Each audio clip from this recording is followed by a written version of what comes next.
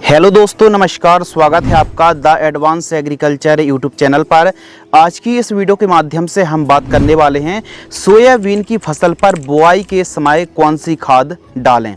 एक अच्छी पैदावार के लिए यदि हम प्रॉपर न्यूट्रिशन की पूर्ति करते हैं तो उसका फ़ायदा भी हमको बहुत अच्छा मिलने वाला है। एक फसल की एक क्रॉप्स एक प्लांट की बढ़वार के लिए 17 पोषक तत्वों की आवश्यकता तो पड़ती है। लेकिन सोयाबीन की जब बात आती है तो इसमें सबसे ज़्यादा जो ज़रूरत पड़ती है वो NPK, नाइट्रोजन, फास्फोरस, पोटास। लेकिन एक और जो सेकेंडरी माइक्रो न्यूट्रिएंट है, द्वितीयक पोषक तत्व है, वो है सल्फर। क्योंकि तिलहनी फसलों पर सल्फर की उतनी ही आवश्यकता पड़ती है जितनी आवश्यकता नाइट्रोजन, फास्फोरस और पोटास की आवश्यकता पड़ती है। तो जो रेशो है NPK-S का वो है, यदि हम हेक्टेयर की बात करें, nitrogen 20 kilogram, phosphorus 40 kilogram, potash 40 kilogram और सल्फर लगभग 30 से 35 किलोग्राम सल्फर की आवश्यकता पड़ती है। यदि हम एकड़ की बात करें तो 1 एकड़ सोयाबीन की फसल में 8 kilogram nitrogen, 16 kilogram phosphorus, 16 kilogram potash और 12 किलोग्राम सल्फर की आवश्यकता पड़ती है।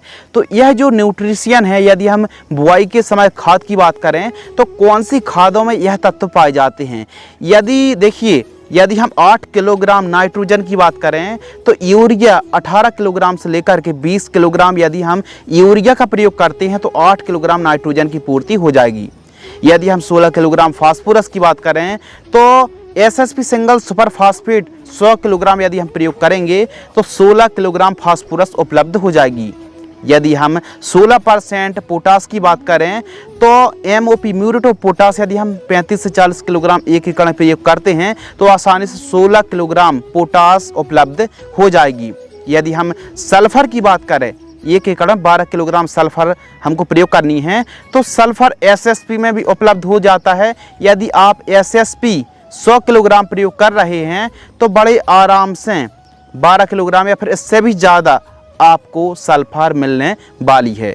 तो इस प्रकार आप कॉम्बिनेशन बना सकते हैं। अब बात आती है सोयाबीन की फसल पर बुआई के समय कौन सी खाद डालें। अभी तो हमने समझा कितने परसेंट नाइट्रोजन, कितने परसेंट फास्फोरस, पोटास, सल्फर की आवश्यकता पड़ती है। लेकिन अब बात करते हैं कि यदि आप SSP वाला कॉम्बिनेशन ले रहे हैं तो कौन कौन सी खादों को लेना है। यदि आप DAP वाली खाद का कॉम्बिनेशन ले रहे हैं तो कौन कौन सी खादों को मिलाएं। या फिर आप NPK 12-32-16 वाली खादें ले रहे हैं तो कौन कौन सी खादों का प्रयोग करना चाहिए। यह इसलिए क्योंकि कुछ किसान भाई बोलते हैं कि हमारे पास SSP उपलब्ध नहीं है, DAP है। कुछ बोलते हैं हमारे पास SSP DAP नहीं है, 12-32-16 है। तो कुछ कहते हैं हमारे पास तीनों है, तो बेस्ट कौन सा है। तो तीनों के बारे में हम समझ लेते हैं। जो हमने आपको रेशो बताया है वह रेशो जो सोयाबीन की फसल पर जरूरी पोषक तत्व, यदि आप SSP वाला कॉम्बिनेशन प्रयोग कर रहे हैं तो बुआई के समय SSP सिंगल सुपर फास्फेट आपको 1 एकड़ के लिए 100 किलोग्राम लेना है। म्यूरेट ऑफ पोटास 30 से 40 किलोग्राम। यूरिया, जी हाँ, बुआई के समय यूरिया 15 से 20 किलोग्राम इनका आपको प्रयोग करना है। और जो तीनों के तीनों कॉम्बिनेशन है, तीनों के तीनों कॉम्बिनेशन में गोबर खाद और रीजेंट या फिर बरटागो या फिर कार्टाफ हाइड्रोक्लोराइड इनका प्रयोग कर लेना, ताकि आगे चल के दीमक है, वाइट ग्रब है और जड़ में लगने वाले कीटों से आसानी से आपको कंट्रोल मिल पाए। तो गोबर खाद, रीजेंट सब में सेम रहने वाला है।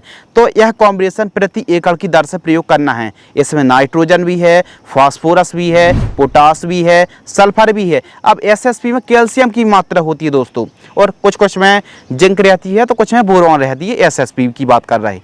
ये बात हो गई SSP वाला कॉम्बिनेशन प्रति एकड़ की दर से प्रयोग कर सकते हैं, यह भी शानदार कॉम्बिनेशन है। लेकिन यदि आपको SSP नहीं मिल पा रही है तो फिर DAP वाला कॉम्बिनेशन आप ले सकते हैं। यदि DAP वाला कॉम्बिनेशन तैयार कर रहे हैं तो DAP डाई अमोनियम फास्फेट 1846 इसको आपको लेना है 40 किलोग्राम से लेकर 50 kilogram. MOP muriate of potash आपको लेना 25 किलोग्राम से लेकर 30 किलोग्राम। सल्फर आपको लेना, क्योंकि ऊपर वाला जो कॉम्बिनेशन है SSP में सल्फर मिल गई थी, लेकिन इसमें आपको सल्फर अलग से लेनी पड़ेगी। बेंटोनाइट सल्फर 10 से 12 किलोग्राम आपको 1 एकड़ में और गोबर खाद रीजेंट मिलाकर प्रयोग करें। ये था DAP वाला कॉम्बिनेशन।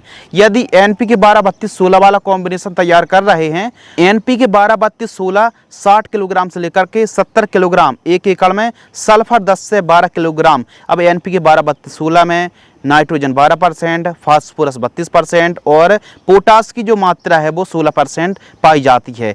यह जो परसेंटेज होता है ना दोस्तों, जैसे एनपीके में नाइट्रोजन 12% है, तो इसका मतलब ये है कि 100 किलोग्राम यदि आप एनपीके 12-32-16 लेंगे तो 12 आपको किलो नाइट्रोजन मिल जाएगी। तो इस प्रकार आप समझ सकते हैं। एनपीके 12-32-16 के साथ आपको सल्फर 10 से 12 किलोग्राम बेंटोनाइट सल्फर और इसके साथ गोबर और रिजेंट प्रयोग कर लीजिए। तो यह 3 कॉम्बिनेशन के बारे में बात करी।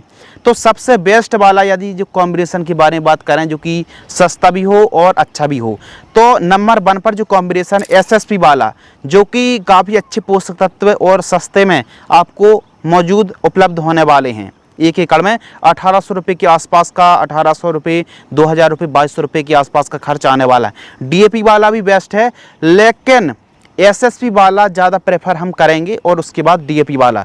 तो इस प्रकार यदि आप इन तत्वों की पूर्ति करना चाहते हैं तो अलग अलग हमने कॉम्बिनेशन बता दिए, जो आपको बेस्ट लगे उसका प्रयोग आप कर सकते हैं। यदि सोयाबीन की फसल पर नाइट्रोजन, फास्फोरस, पोटेशियम और सल्फर बुआई के समय आप प्रयोग करेंगे। और एक चीज़ और, जब आप बुआई कर रहे हैं सीडल के साथ, यदि सीड्स के साथ आप दोस्तों खादों का प्रयोग करेंगे तो अंकुरण में समस्या आती है। यह 100% बात सही है। तो इसके लिए आप एक काम कर सकते हैं कि सोयाबीन की आप खेती कर रहे हैं तो पूरे खेत में ब्रॉडकास्ट करा दीजिए और एसएसपी आप पाउडर फॉर्म वाली लीजिए पूरे खेत में बिखेर करके। और यदि आप बेड विधि से सोयाबीन की खेती कर रहे हैं तो इसके लिए आपको एक काम करना है, बेड के ऊपर के भाग में इन खादों को दे करके ठीक तरीके से खेत की आप तैयारी कराना चाहिए, बेड तैयार कराना चाहिए। और फिर आप शाम टाइम फिर दूसरे दिन, 1 दिन बाद भी आप बुआई कर सकते हैं। तो इसलिए बीज के साथ आप खादों का प्रयोग ना करें, गलन की समस्या आ सकती है। और हाँ, एक अच्छी बढ़वार के लिए, अच्छा अंकुरण के लिए जो सीड्स है उसका अंकुरण टेस्ट जरूर कर लीजिए। जूट का जो बोरा होता है ना, बोरे में आप बीजों को, सीड्स को, 100 सीड्स को आप जर्मिनेट के लिए रख दीजिए ताकि आपको पता चल सके कि परसेंटेज, जो अंकुरण परसेंटेज है, जर्मिनेशन परसेंटेज है सीड्स का कितना है।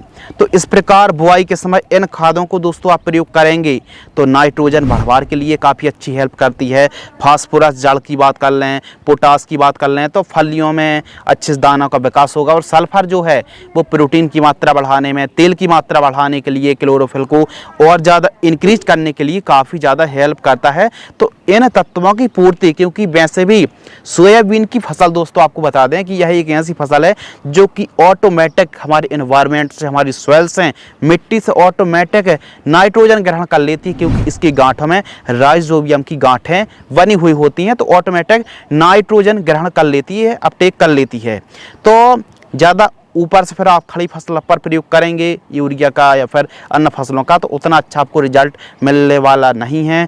यह आप जब खड़ी फसलों पर खादों का इस्तेमाल प्रयोग करेंगे तो फिर लीचिंग आउट की समस्या या फिर उतनी अच्छी आपको रिजल्ट और परिणाम देखने के लिए नहीं मिल पाएंगे। तो इसीलिए दोस्तों बुआई के समय एक अच्छी खाद और प्रॉपर, यदि आप इस साल थोड़ा सा अच्छा उत्पादन सोयाबीन की फसल से निकालना चाहते हैं तो बेड बनाकर सोयाबीन की खेती जरूर करें, चाहे आप 1 एकड़ पर करें या फिर 1 बीघे पर करें। ड्रिप लगाने की आवश्यकता नहीं है, मल्चिंग पेपर लगाने की आवश्यकता नहीं है।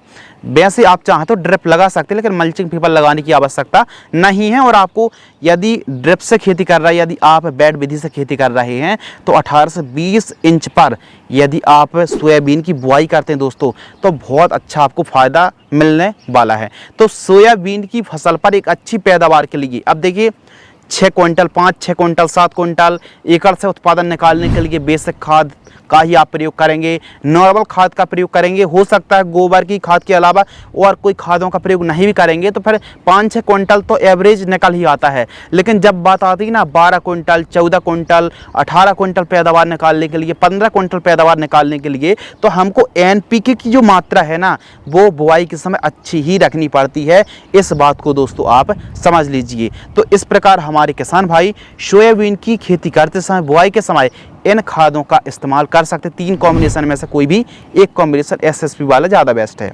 यदि आपको यह वीडियो पसंद आती है तो वीडियो को लाइक करें, चैनल को सब्सक्राइब करें। धन्यवाद दोस्तों।